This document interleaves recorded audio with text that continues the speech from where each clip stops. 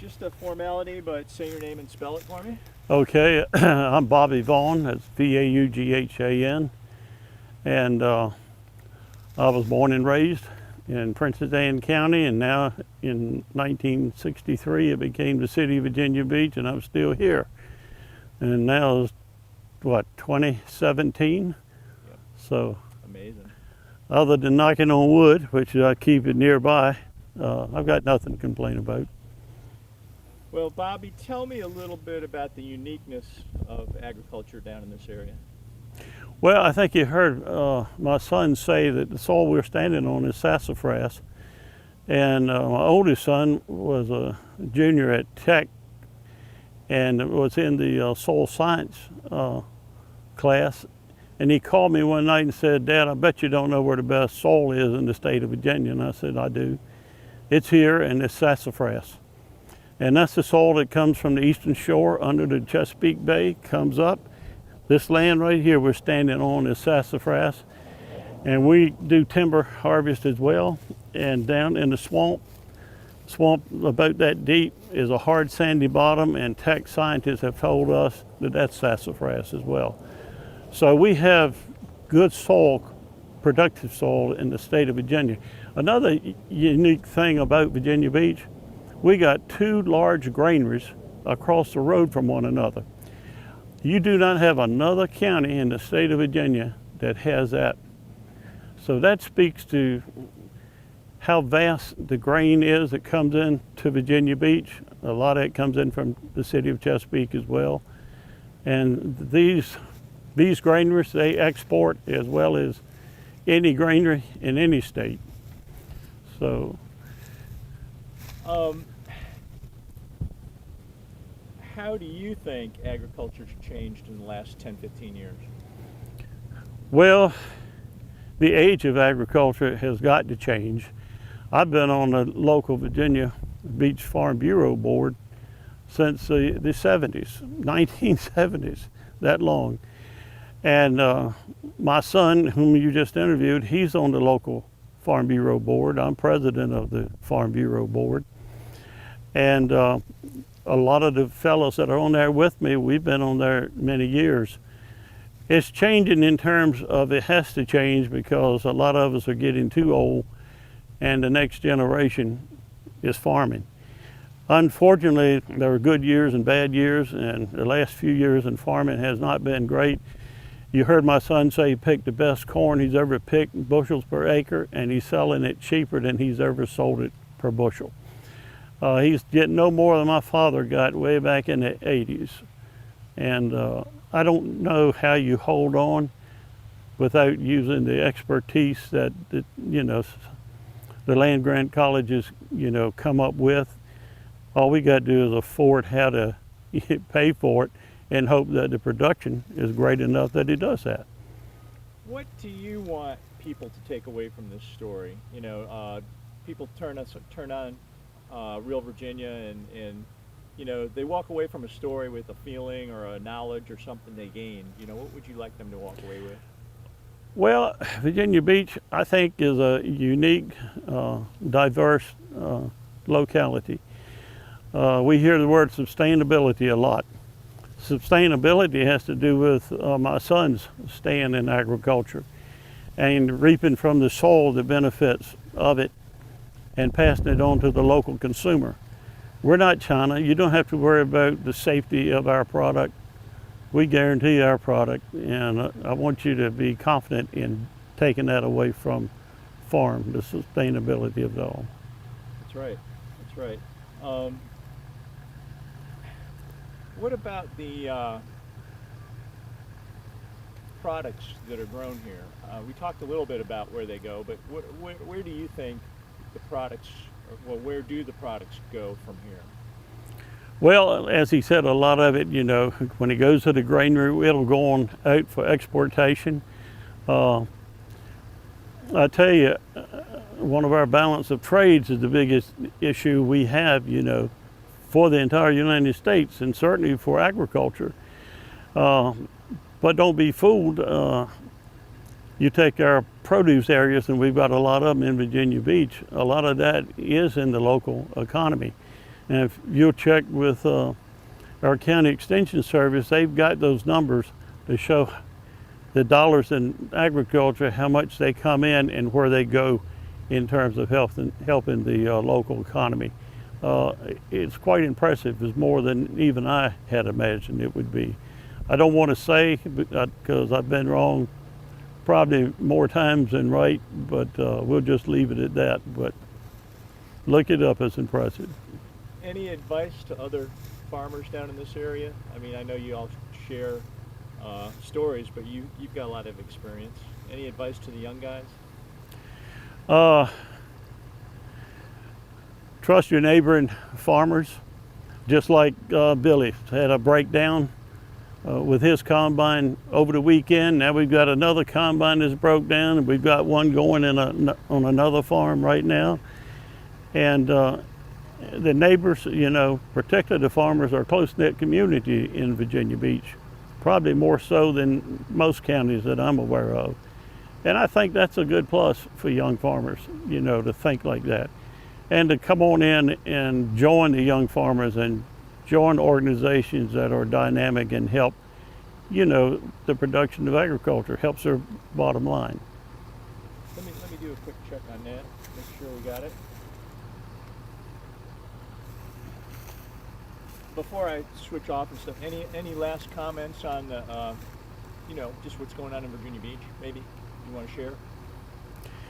Well, Virginia Beach is dynamic, and we do have a good rapport with our local city government, and they help us out tremendously. Some of our Virginia Beach board members, have served on city council. Some are presently serving on the planning commission. The young man you just interviewed, my son, he's on the Ag Advisory Board that's appointed by the City Council. So we tried to be as political astute as we can be. And I think you have to be if you're going to survive in this world that we live in today. Good. All right.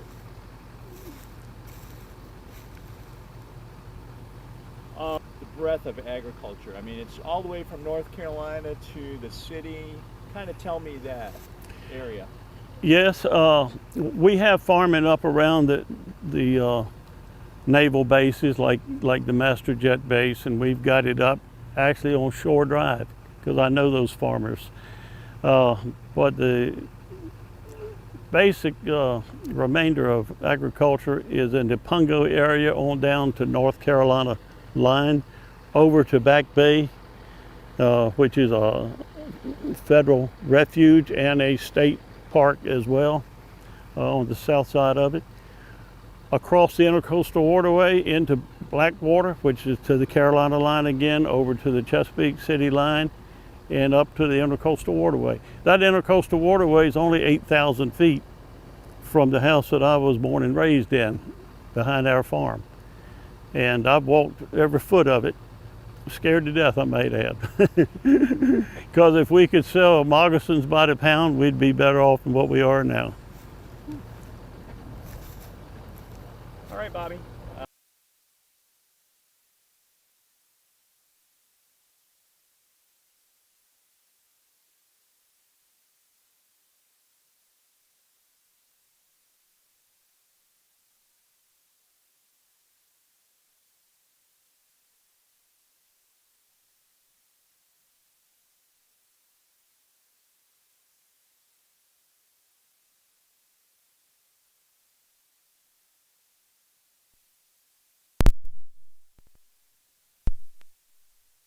Much better.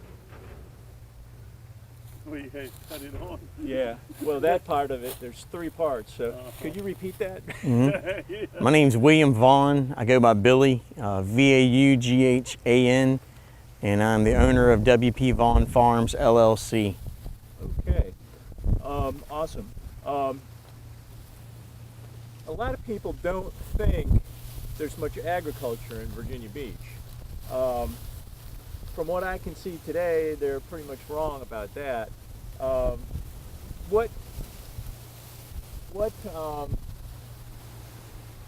me a little overview of the agriculture in this part of the county. The crops that are mainly grown down here are corn, wheat, and soybeans as far as grains. There's a lot of produce farmers too. A lot of guys do truck farming, so there's a lot of vegetable stands and a lot of strawberry fields too, for the public and stuff. And just forget the camera, just look at me. Good answer, good answer. So, what are they out here doing today? Give me a little. Today we're sitting here and we're picking corn. The corn's been planted since probably about the middle of April. And this cornfield actually had some HRSD, Hampton Road Sanitation. I got some sludge put down here, so I got some organic fertilizer out here. And I actually picked some of the best corn I've ever picked this year over at an adjoining field on this farm. Where does most of your produce go from here? Well, all the grain, the corn here would go to the local grain elevators. I sell to Salmons, which would be, I don't know, about 3 miles down on the right before you get to Pungo Ferry. It's a big grain elevator. And then a lot of it goes right on containers and out to sea. You're near the coast, right? Yes, sir. Wow. It goes over to Norfolk to the terminals and they ship it on out. That and the soybeans and everything else. Great, good answer. Does the local agriculture benefit the local consumers around here? Well, not your grains, so to speak. Most of those are sent overseas because we're so close to the ports and stuff. Your produce farmers and stuff like that, yeah. Like, this is different corn than what sweet corn that you would eat from a produce stand would be. This is more for livestock consumption and ethanol and different byproducts of corn. Your produce is more of your what's going into a human directly on your produce farms and vegetable stands.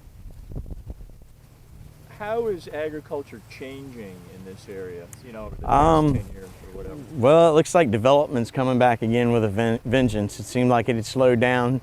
I know the economy had gotten hit pretty hard and construction stopped, but it was kind of getting things off of our back. But now farming's not great and construction's pretty good again. And it seems like we've got an imaginary line in Virginia Beach called the Green Line.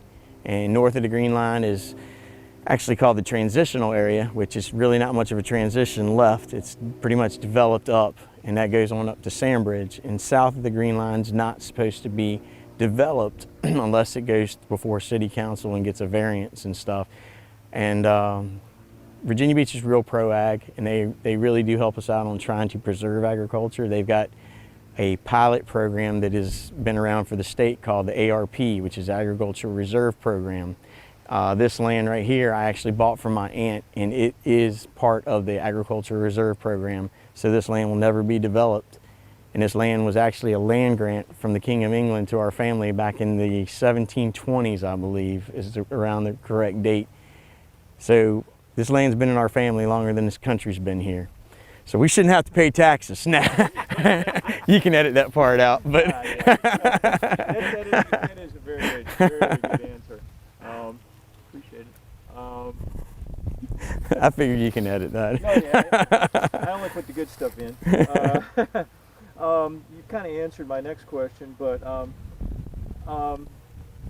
a lot of people that see this story will not be ag people, but will just be turning on cable TV or something. But what do you want people to, what would you think would be important for people to take away from a story about agriculture in this area? Well, in this area or globally even? Well, really, Virginia Beach agriculture is what we're Well, focusing on. Virginia Beach agriculture, people come down here and want to move to the country because they want to be in part of the country. So have patience with the tractors and the combines when they're going down these roads, because these roads are not equipped for the large equipment that we have. And we only do it 2 times a year. Spring is when we plant, fall is when we harvest. So be patient. Don't get impatient when you're around the farm equipment going down the road, and exercise caution. A lot of people don't know about those little triangles on the back. It means a slow moving vehicle. And if you get in an accident with one, chances are you're going to lose, because they're big pieces of equipment, and that's not what we're out to do. So we want to work with people and stuff, and we want to preserve what the good Lord gave us. What is your favorite thing about farming?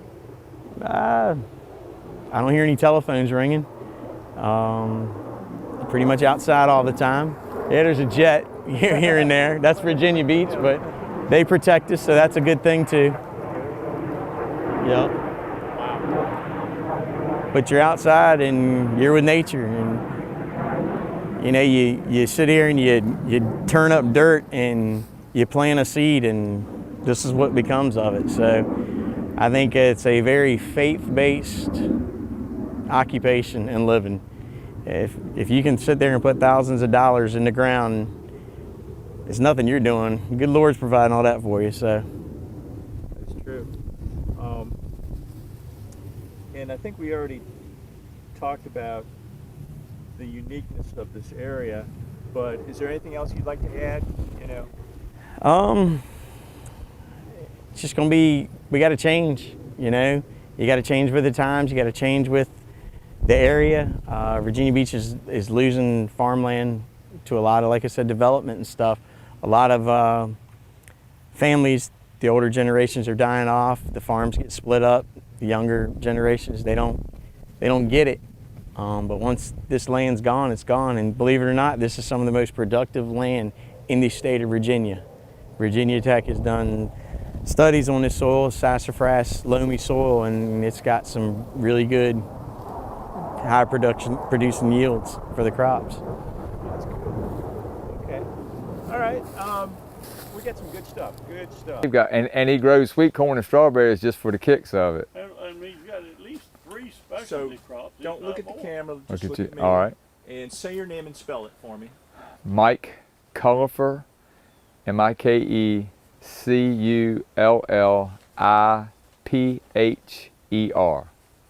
And what is your title? I guess farmer is probably as good as anything. Do you have a name of your farm or? It's Cullifer Farm Inc. Okay. Okay. And Cullifer Farm Market is what we trade under. What we trade. That's it. Okay. So that's, I guess that's what we probably. Okay, I'll say that then. All right. And we looked at the row crops and the corn, cutting corn and stuff, but can you tell me a little bit about the produce in the Virginia Beach, you know, Pungo area? Produce in this area has a long history, and you know, I guess it really goes back to almost when the colonists got here in 1607 and they found strawberries here. And of course, in the early part of the 20th century, you know, strawberries, cabbage, Irish potatoes, or white potatoes as most people know them, but Irish potatoes is what we call them, were heavily, you know, produced in this area and did a lot of shipping north. And over times, the production changed to, relatively speaking, small direct market. You know, you pick operations and roadside stands is what we concentrate on now. Let's make sure. Yeah, that's good. Well, so you say what you concentrate on now. Has it changed a lot over the last 15 years? I'd say, for speaking for my family as well as the other families in the area, I'd say so. We used to have a fairly good wholesale avenue, but that really changed, and that the buyers look for year-round suppliers. And you know, with the climate here, we grow with the seasons, and we just don't have that capability. With these high tunnels, you know, we can extend things, but we can't produce tomatoes 12 months out of the year. And so as the shifts in demand, our production shifted along behind it, so to speak, that you have to adapt. And you know, where's the motto, adapt and overcome, or something like that. And so we figured that this is really kind of the last change for most all of us, that go direct to the consumer with, you know, you pick, roadside market type thing, because we really don't have the ability to wholesale like the buyers want, the big warehouses and the chain stores. That we're just not set up. Most people don't have the infrastructure or the money to set up to be able to handle big wholesale accounts. So we had to shift to this type of thing, which really suits us all better. You know, small acres. We don't plant any large acreages of one crop in particular, like sweet corn. We plant probably 26 to 28 acres of sweet corn, but we do that. We start planting the last week of March, and we stop planting about the middle of July. So we're not planting a whole lot at one time, and we don't have big blocks to come in, and so it's a different type of farming than what most vegetable production really is. So, but it seems like that benefits the local consumers because they're getting local food, local fresh food. You're right, and you would hope so, and I think it is for the most part, and it's been well received. Competition is always there, and my dad always says, a rising tide lifts all boats. And so as the chain stores started losing, at least in our opinion, chain stores, they noticed that buying directly from the farmer, buying locally grown stuff, that they had the potential to lose customers or lose, market share. And so they shifted their production. If you look at, and I won't name any grocery stores, but they are now mimicking us with the wooden crates and the wooden bins and the homey type displays, and they've really made a push to buy Virginia grown products. I mean, you go in like Harris Teeter, example, and Farm Fresh some, especially Harris Teeter, they buy a lot of Virginia grown products, which in turn helps all Virginia farmers, but that has eroded or eaten into a little bit of what our niche was. So it's all kind of a fluid changes. You have to keep up with it. And so now, we're, most people, you're always looking, not just where you are today, but where you're going to be 5 years from now. So now we're trying to figure out, okay, how do we capture some of that back, or how do we differentiate ourselves from Whole Foods, Fresh Market, those types of stores, because their displays look like us now. So we've got to figure out how to offset from that.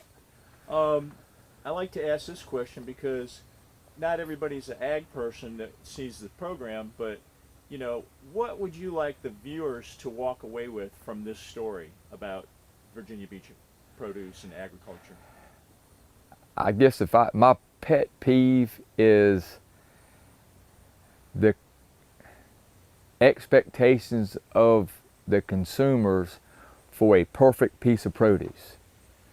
They don't want a blemish, they don't want a scar, they don't want worms in corn, and it's hard to have a perfect piece of produce, while at the same time they want less pesticide use. The vast majority of people that we talk to don't like GMO don't like GMO corn or GMO, products that contain GMOs, and it's really hard to meet all of those demands. And I would like for the consumers to take into account where, it might have a blemish or might have a scar or might have a crack in it, but it's still just as good to eat as one that's perfect. And that while that perfect tomato or perfect, ear of corn, what did it really take to produce that? And if they're looking for perfection, then they need to go in a chain store where everything looks the same. Everything came out of a cookie cutter. Because we just, our weather's variable. I talked to a guy we buy seed from, and he's in northern Oregon, and their average rainfall is 10 inches a year. And so, if it never rains, you can schedule irrigation. You don't have to worry about things drowning. The disease is a lot less. It's arid environment. And in 2016, right here where we're standing today, we got 42 inches of rain in 7 weeks. And the average rainfall is about 43 or 44 inches a year. And we got a year's rainfall in 7 weeks.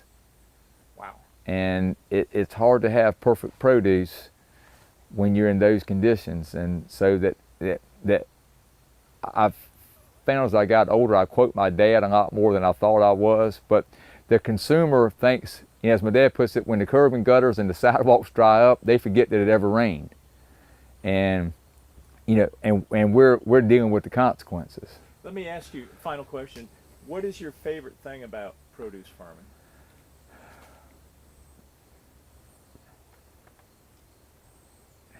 It's going to sound corny, I guess, but the enjoyment to me is planting the seed or setting out the plant and watching it grow like it's supposed to, that reach its full potential, that you have to sell it for profit in order to stay in business. And you know, we're all business people in addition to being farmers. You know, we do it to make a living, and we need to make a living off of it.